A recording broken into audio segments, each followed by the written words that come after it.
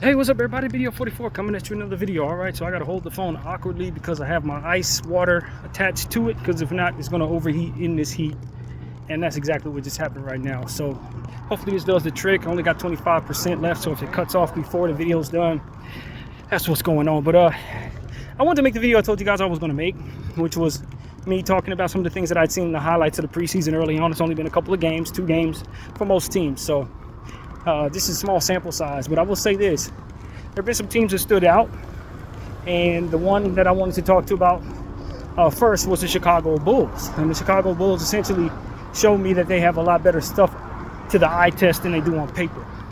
I'm a believer in Coby White, who in most fantasy platforms this year, his ADP is a bit too low, in my opinion. You probably want to take him in like the 5th round with expectations that he'll probably be like a 3rd round talent for you.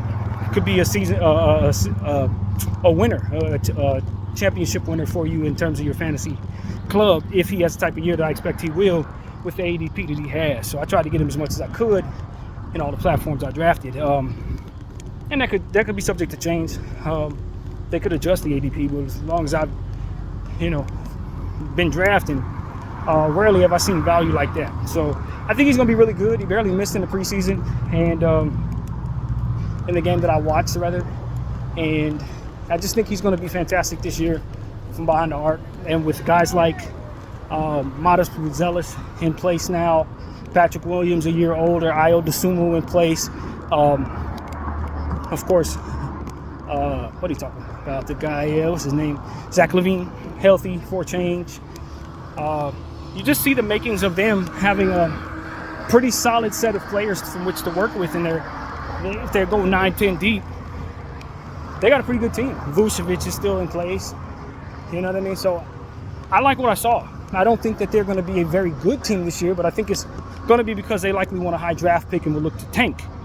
So that's what I think. Chicago is probably going to opt to tank, but if they decide to win games, I think they could be a pretty competitive basketball team this year, and they look great in the preseason so far. So that's the first thing I wanted to say. The second thing I wanted to say was the Atlanta Hawks. Now that they have a few players moved out, particularly who comes to mind is DeJounte Murray. With him being out, now they have a need for some other guys who likely need to also show that they can do something. A guy like Kobe Buffkin, who they drafted in the 1st round last year, he looked great in the preseason. Zachary Visache, the 1st overall pick in the NBA this year, he looked pretty good in the preseason. Dyson Daniels had some good moments there that they got in the trade for DeJounte Murray. Jalen Johnson is healthy and ready to go. Clint Capella's starting the season healthy. Trae Young looks like he's in midseason form already. Like, that's a pretty good set of players they got too. So both of these teams are kind of in the same boat. I don't know what Atlanta's pick situation is, but since they just got the 1st overall pick, I don't know what their intention would be in otherwise tanking again if they have their own pick, other than this just being a better draft. But the likelihood they get the 1st overall pick 2 years in a row is terrible, because this is the first time they had the 1st overall pick since the 70s. So I don't think they're in the same boat necessarily, but as far as them having a set of good guys that should be able to make them competitive in the Eastern Conference, yeah, I think Atlanta is going to be better than people think, because they got players that just needed guys to get out the way so they could prove themselves. And I think that's what they got. They got an opportunity now for a guy like Kobe Buffkin to really show he's a leading guard in this league, and nobody even sees him coming. So he could be this year's Coby White, to be honest with you. If the opportunity is available to him, which I don't see why he wouldn't be, I think he's going to have a really big season out of nowhere. Nobody even knows he's there, but I do, and I know how good he is.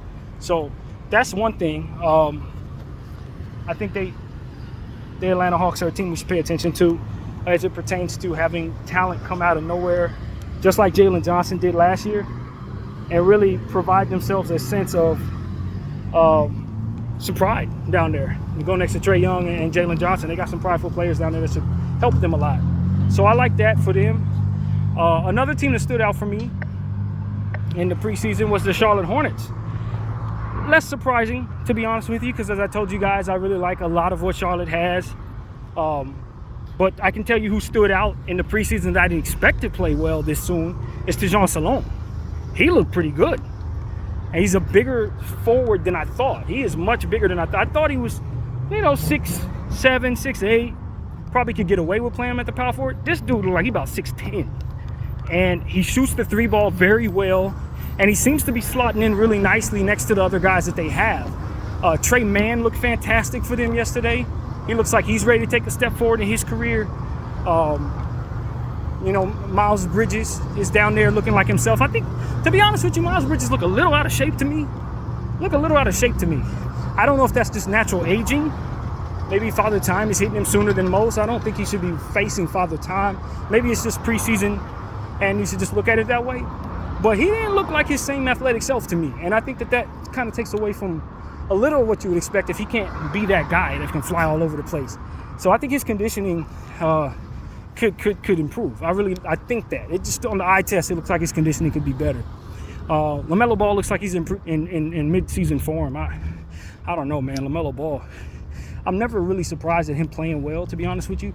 I do understand that those who pay close attention to him speak of him as somebody who turns the ball over a lot. So I haven't watched him enough to really know what could be quote-unquote wrong with him. But when he plays well, my God, is he a hell of a player. I mean, he just string together so many points and assists and rebounds. And he's such a big guard with such fantastic handles. You just have to imagine that it only gets better from here. And so every year he looks like this until he gets hurt. And that's really what it comes down to. Every year he looks like this. And then 30 games into the season, he's gone for like a year.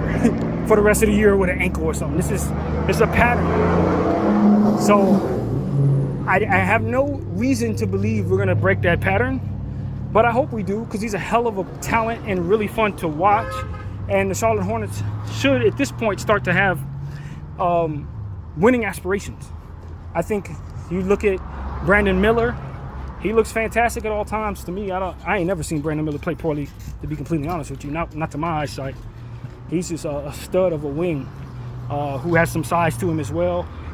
Can play multiple positions, play defense, win games for you down the stretch. I just think the world of Brandon Miller. I was wrong. I said that they should take Scoot Henderson. That's like one of my coldest takes, man. They got it right. They took the right player and for their situation, and I think they got a player that can be as good as anybody who's ever played for them. To be honest with you, and he fully develops, I truly think he has a chance to be the best Charlotte Hornet ever. I ain't even kidding. So that's what comes to mind for that team. Brandon Miller, LaMelo Ball, Tejan Salone, Miles Bridges. You expect for them to play well. They're really good players. And if anything, they should change the culture of that team. And if Tre Mann's going to continue to look the way he looked in the preseason, and Tejan Salone, look out. Of course, you got Mark Williams coming somewhere down the road. So I like what I see from Charlotte all the way around. I think they're one of the teams of the future. So long as they can just get a healthy season out of everybody. That's really what it comes down to. And continue building on what they have. I don't think it would hurt if they won the lottery, you know what I mean? If they had another bad season to add to their young core. But I don't think it's absolutely necessary anymore. Now it's probably time for them to start winning. And so I expect for them to think about what's best for their future, probably get a feel for what their outlook looks like for this season. And if they get off to a good start, I expect for them to go for it. I expect for them to try to make the playoffs and try to be a team that makes some noise and shocks some people. So they have the pieces to do it at this point. And, I really think a lot of good things for their core. Another team that comes to mind right now is the Miami Heat. And the reason why they come to mind is because I really like what I saw from Khalil Ware. I just like the dynamic. I didn't like it on draft day. This is one of those things where I think I was looking at it the wrong way because I felt like they had just signed a center in Bam Adebayo and then immediately wanted to turn around and draft a center. I just didn't like the idea of that. But when you consider Bam's an undersized 5 anyway, and Khalil Ware is probably a couple years away from actually being a starter, it was a great draft pick when you consider the length that they bring themselves. And so when you consider all of the pieces that they have, Jaime Jaquez, Tyler Hero, of course, Jimmy, Bam, Terry Rozier, I just think they look pretty good out there. You know, they looked all right when I saw them in the highlight. So I guess what it really comes down to is you got a real Eastern Conference this year of teams that probably are going to play better than people think if they don't take them seriously. You know, and you consider the contenders we already know, the Knicks, the Celtics. Some think Orlando could be a contender. I definitely think they're a playoff team. The Cleveland Cavaliers, the Indiana Pacers. This is a much better Eastern Conference if those teams all play well at the same time, if they all come together to really play their best. It's a good Eastern Conference. A much better one than last year, that's for damn sure. So that's what comes to mind, man. I was just really impressed with the Eastern Conference overall. Obviously, they're playing one another, but I think individual players on these teams are coming along pretty strong, and you got to see the makings of a better conference this year if all of that comes together for each of these teams. So that's the team that stood out. A couple days ago, I watched the Golden State Warriors and Lindsey Waters win the NBA championship, it felt like, but I'm exaggerating, of course. He won the game at the buzzer with a long three. That dude has always been a killer. Just like Trey Mann, he comes out of that OKC Thunder development situation, and boy, can they shoot, man. Them boys can shoot. So you got to love that. And speaking of OKC, I didn't see highlights from this OKC game, but I definitely saw the stats. And let me tell you, they ain't going to miss those two because they got two more. Dylan Jones was magnificent in the game that I saw saw the stats from. Barely missed a shot. And then they also had another draft pick that they have. I wish his name would come to mind right now, but he too balled out. So it's like, you know, I'm not overly surprised with Dylan Jones playing well because I did a little homework on him, and I think he's out of Weber State. This dude is a 4-year guy that should be ready to contribute. The Knicks had him and let him go, and I don't know how the Knicks are going to feel about watching what he's going to become for the OKC Thunder. And he's going to be taking minutes from somebody over there in OKC. Ousmane Deng is a guy who hasn't really developed quickly. You know, he's not really panning out, so to speak. I don't know if that's because of lack of opportunities or it's just a slow burn for his development. But him, Aaron Wiggins, I could totally see Dylan Jones snatching minutes from these dudes. That's almost a no-brainer for me. And the other guy, too, I just wish I remember who it was. But he and Dylan Jones both completely balled out. And just show you that OKC is fantastic at drafting players. They get guys in the second round, you know, that really can go. So that's really what it is there. I just think that OKC is a full-fledged title contender this year and a decent bet to come out of the Western Conference for certain. Very decent bet. With all the talent that they have, including bringing in Hartenstein and Caruso, you just have to assume that they're going to be in the mix, man. They got everything they need, pretty much. It just has to come all together for them. So, you know, great coaching included. That's just what it is. So those are the teams that kind of come to mind, man. I don't know how much time I have to speak because of my phone and all this other stuff, but I really wanted to chime in on those particular squads because they provided so much for me to enjoy last night in my highlight watches. And, you know, these teams I'm not expecting much from. Atlanta, Chicago, I ain't expecting none of those teams. So for them to have pieces that look good or starting to show that they have pieces that were ready to step into bigger roles, that's a good reminder. You know, Atlanta's a team you don't see coming. If I'm being completely honest with you, you don't see them coming.